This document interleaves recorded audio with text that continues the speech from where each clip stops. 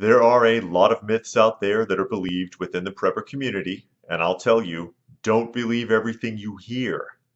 Today is part 2 on this subject. I'll put a link to part 1 down below if you have not seen it. So, let's take a look at some of the most common myths out there and give you a different perspective on them. In other words, just some food for thought, folks. So let's get started, in no particular order. Number 1, when the stores are empty, I'll just hunt or fish for my food. Unfortunately, unless you're living 10 miles into the woods, you are not likely to find much in the way of game after a long-term grid down situation. Roving populations would have hunted, killed, and eaten everything and anything that walks, flies, swims, or crawls very shortly after the food runs out, which won't take long in the average community. Let's be honest, even your average hunter is often excessive and wasteful. This is the main reason why it's important to prepare a stockpile of reserve food in advance of an emergency, so that you'll still have food while everyone else is eating the leaves off of the trees. Number 2, if things get bad, I'll just go plant a garden for my food. I've actually heard this many times from people that if the food runs out, they'll just go and plant a garden. A novel idea, but not that simple. A functional garden takes time, effort, and a great deal of preparation.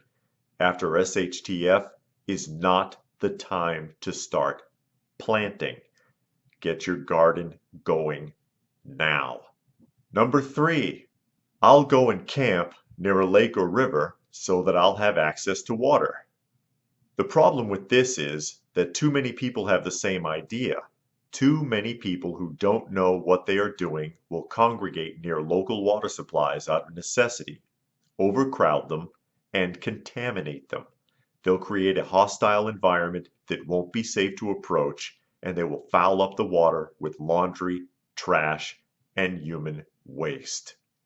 Number 4, my group is going to take over a big box store. I've actually had this idea floated past me by prepper groups. Here's the theory. SHTF comes down, and the local group goes down to your average big box store, Walmart, Target, Costco's, Sam's Club, you get the idea. When they get there, they take it over and secure it. Voila! They have an instant and seemingly endless amount of supplies at their fingertips. Sounds good, right? Well, here's the problem. Everyone else has the same idea. Or have you never seen footage of a riot or looting in progress? The entire community converges on these types of stores to pick them clean. And strategically speaking, 15 or 20 guys trying to defend a building the size of your average Walmart against 10 to 15,000 people is not the wisest course of action. You may be able to run them off a couple of times, but eventually those locations will be overrun by desperate people. Keep that in mind. Number 5, there will be no building supplies. I've actually heard this one too.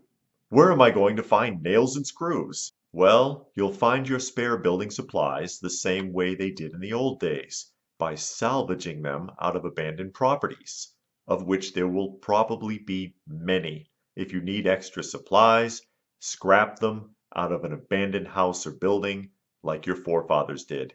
Number 6, there will be no more firewood. I know, ridiculous, right? But I have heard this too. A few times. Like you can't find a tree somewhere.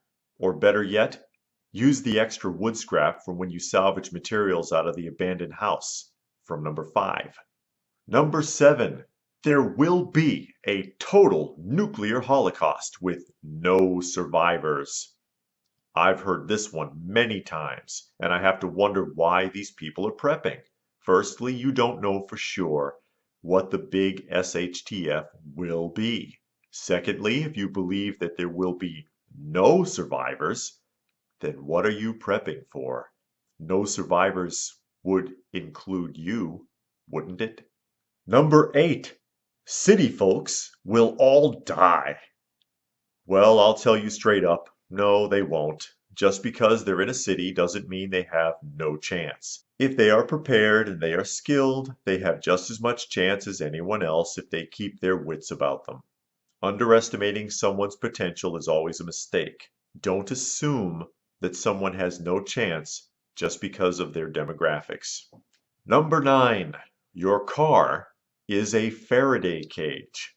Really quickly here, I'll tell you, no, it isn't. Your car is not going to protect your electronic equipment from an EMP.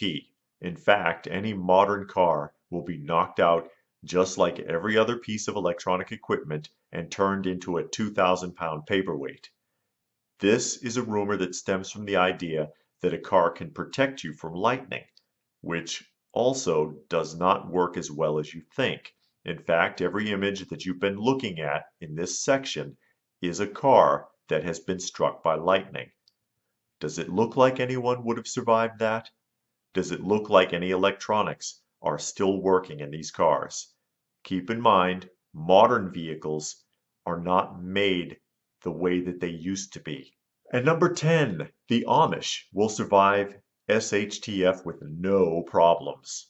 This one came up a lot after a previous video discussion I had about the Amish. Now, I'm not completely disputing this one, but ultimately the Amish have about as much chance as anyone else, mostly due to the fact that many of their communities have rules of conduct that may hinder them from defending themselves if their villages are approached by marauders. What you have to keep in mind here is that many of these communities are pacifists, and even the ones that would be willing to fight with looters and marauders wouldn't come to that point until after a vote of elders, by which time it may be too late. Another thing to consider is that just because some of these communities may be willing to fight off attackers doesn't mean they would be effective. So ultimately they may be all right if they were left completely alone. But what are the odds of that? And you didn't think that was it, did you? I've got one more. Call it number 11 if you will. The homeless are survivors because most of them are ex-military. This is one that came up a lot after my video talking about the homeless. Speaking as someone who has actually dealt with the homeless, both in Boston and in Kansas. I'll let you in on a little secret. Anyone who comes up to you and tells you they are a homeless vet is probably lying to you. Not only are they likely not a vet, odds are they are not even homeless. In fact, it's probably just a scam. The truth is, most homeless people wouldn't even talk to you or ask you for anything unless they needed money for a drug or alcohol addiction. Bottom line, regardless of what you've heard from the media or read on the internet, most homeless people are not vets. And of those that are, 9 will get you 10 that they were dishonorably discharged, which is why they can't get benefits. Or they're mentally ill, which doesn't make for a very efficient person during SHTF. Now does it? And if you don't believe me, go talk to someone who actually works in a shelter. So I hope you found this list helpful. If you have anything you would like to add to the list, please feel free to post it in the comments section down below. If you've got anything out of the video, remember to give it a thumbs up, share it if you can, and subscribe if you are new. Check out some of the other videos. You may find something you like, and I hope that you do. So that being said, as always, stay frosty, folks, and thanks for watching.